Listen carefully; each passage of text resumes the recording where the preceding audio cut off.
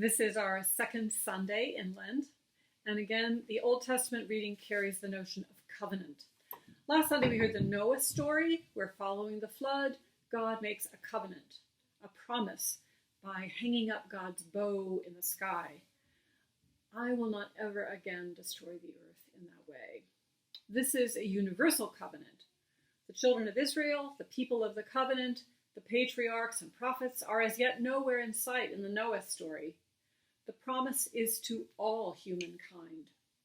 Michael Miller helped us look broadly at the flood story as well as the covenant that is embodied in Jesus' baptism. Today we turn to the Abrahamic covenant in Genesis 17. We'll get one more take on covenant before we come to the end of Lent, but I won't give that away. We are in some ways familiar with the notion of covenant. It's how one becomes a member here at Assembly Mennonite Church. Long ago, when we were setting forth our understandings of this particular community of faith, we didn't just want a regular word like join. People join Kiwanis. They join book groups, fitness centers, online dating services. No, we wanted a big word, rich with biblical and theological associations. And that word is covenant. The preacher at our wedding preached a 3-part meditation on the term covenant. He explored both Old and New Testament texts on covenant and applied them to the promises that Michael and I were making that day in the midst of our faith community. My nieces and nephews got out their coloring books. Covenant. It's a big word, closely related to promise, but with even more heft. Different than contract, though overlapping in some ways. The word covenant can be used in a variety of ways. Some of the ancient Near Eastern notions describe an understanding between a sovereign and a vassal, that is to say, an unequal relationship. The sovereign promises protection or land or provision, and the vassal pledges loyalty and obedience. Other times, covenant is an understanding entered into by equals. Here's what I promise, here's what you promise. Often covenants are conditional on both parties keeping their word. A covenant of particular significance in Genesis is one where God seems to take all the responsibility on alone, promising faithfulness even if the people fail to keep their end. In all these expressions, a key understanding is that promises are to be kept. We can count on each other, and especially God, to keep the promises made. Fresh as the morning, sure as the sunrise, God always faithful, you do not change. Like many of you, we read a lot to our young children. Of course, there were favorites, the canon within the canon. Miss Rumphius probably topped the list. The sun and the wind and the runaway bunny were close behind, and somewhere up there was Cornelia Lane's 1970 Bible storybook, God Keeps His Promises. Of course, now there are inclusive language problems jumping right off the front cover, but the idea that God can be trusted, God keeps covenant, was a notion I wanted to get in there with my children. But of course, it's way more complicated than that. So with the Abrahamic covenant in mind, I'd like to be honest about some of the challenges in keeping faith with a covenant-making God. One of the websites I found in preparing for this sermon runs under the heading, The Church of Truth, whose mission is to free people of all faiths from the tyranny of their religion. The particular article I read was, God Made Promises He Did Not Keep.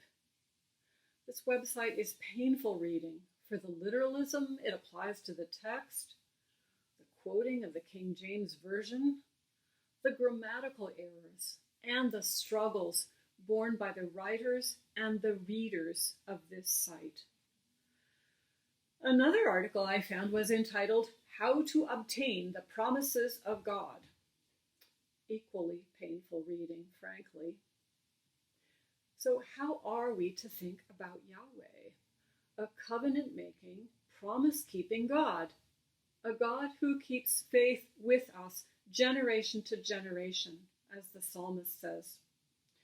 Well, we can come at this in two ways, the particular and the overarching.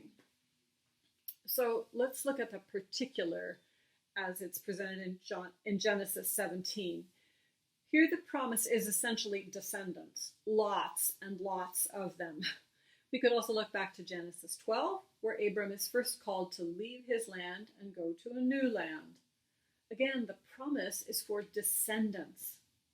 If we look ahead to the Mosaic and the Davidic covenant, the promise is very clearly linked to land and generational rulership over the land.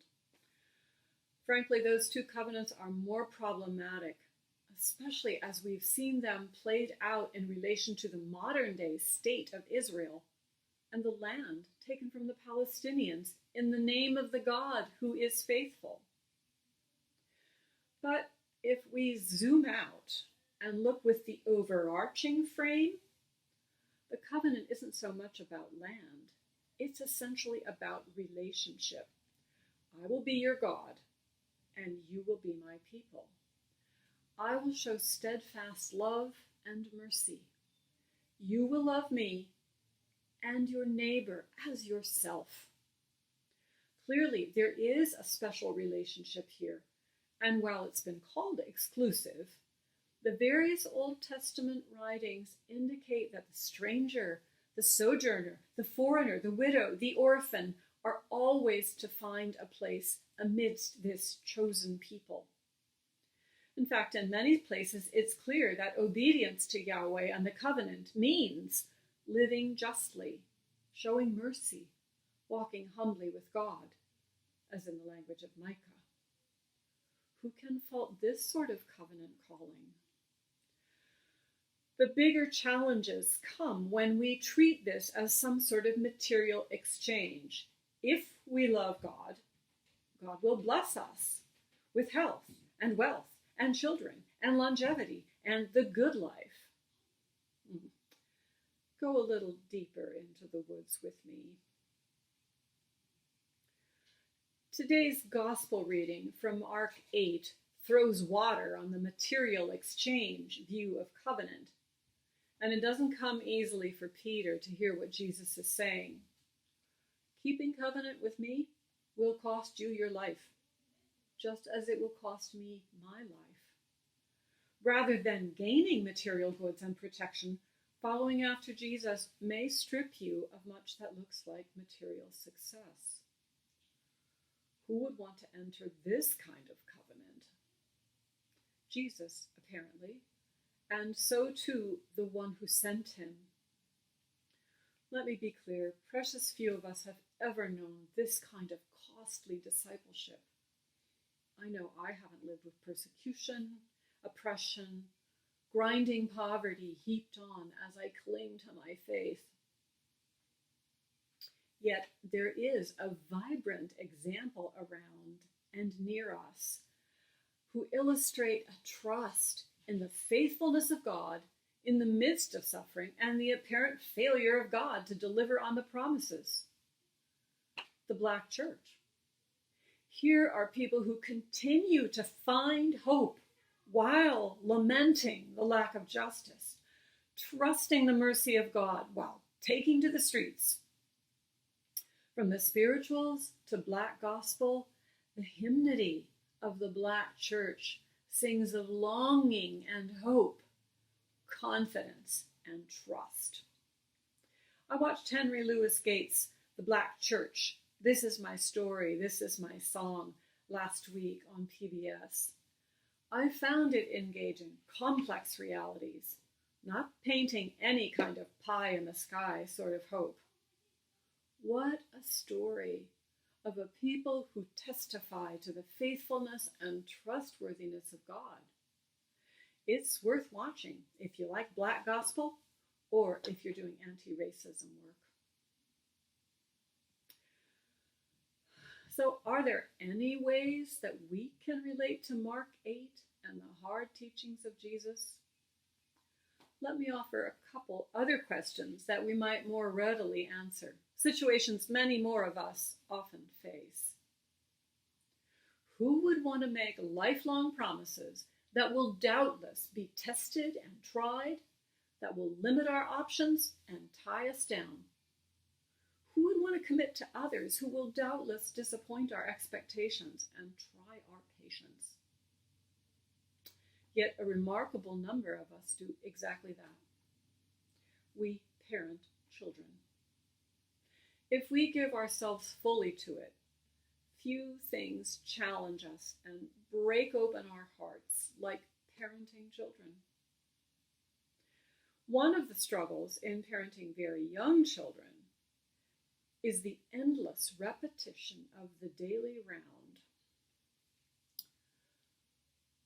Waken from sleep, whether restless or sound, change diaper, feed child, pat for burp, wipe spit up, attempt to settle child, collapse into bed, waken to acrid smelling wash basket, not to mention diaper pail, and start wash. Fold yesterday's wash, now wrinkled and slightly graying, feed child, pat for burp, wipe spit up, I won't go on. Those of you who are parents of very young children know this drill inside out. It varies as the child grows, but there are years when you feel you will forever be buckling children in and out of car seats, scrounging around the house for a pair of decent mittens, wiping runny noses, picking up and putting away toys at day's end when you just want a good book or something on Netflix before you collapse into yet another night of interrupted sleep. Over and over again. No task is ever completely finished. Check. Done. Not for you. You'll do the same things tonight and tomorrow and the next day. The pandemic has been particularly difficult for parents of young children. Already living with the endless demands of young children in the best of times, parents, often single parents, are left juggling more challenges than I can imagine. I found that living alone during this time has brought considerable pain, but I think it's not as hard as parenting young children, especially in communities where daycare and schools have closed their doors. Why do this? Why give up your life in this way? Is it not the obligation of love that asks this? Day in and day out, our children ask us to dig deeper, to reach for a little more energy, a little more creativity, a little more patience than we had thought possible. Parents somehow must find meaning in doing things over and over with no certain end in sight. Does this not sound like Yahweh, the faithful God of Israel? One must find meaning and purpose in keeping the promises you made when this child came into your home, disrupting and demanding that you lay down your life as you once knew it. Does this not sound like a summons to faith? Parenting requires learning to see small changes, taking delight in incremental growth in the midst of mind-numbing sameness. It is a school for spiritual growth. You parents of infants and young children have your own in-house tutors for deepening relationship with a covenant-making, promise-keeping God. Of course, not all of us are parents, but all of us have been children. We have all in some way lived with the gifts and struggles of a covenant of love, one that at any point in time may not provide the benefits we were told to expect. As people of faith, we are bound by a covenant of love. I bind my heart this tide to the Galilean side, and we trust that in losing our lives, we will in fact gain them. We know deep in our bones that sometimes our promises are kept with gritted teeth and tight tight-fisted hands. Sometimes that's the best we can do. We also know those wondrous moments where there is deep joy, sometimes tapping into the companionship of goodness and mercy accompanying us all the days of our lives. That is the deeper gift of covenant. Not that we barrel through, doing what we have to do by sheer grit and determination, but that we are carried along, accompanied by one who keeps faith with us, who promises to be with us, no matter what. This love is known in the one who made covenant with a strange, small band of people millennia ago. This love is known in a God embodied in Jesus, who loved his own in the world and loved them to the end, as we read in the Gospel of John. This love is known in a God whose Spirit accompanies and surrounds us all our days, breathing in and out with our every breath. May it be so among us, individually and especially together, in this strange, small band of broken people who keep covenant even in the time of COVID.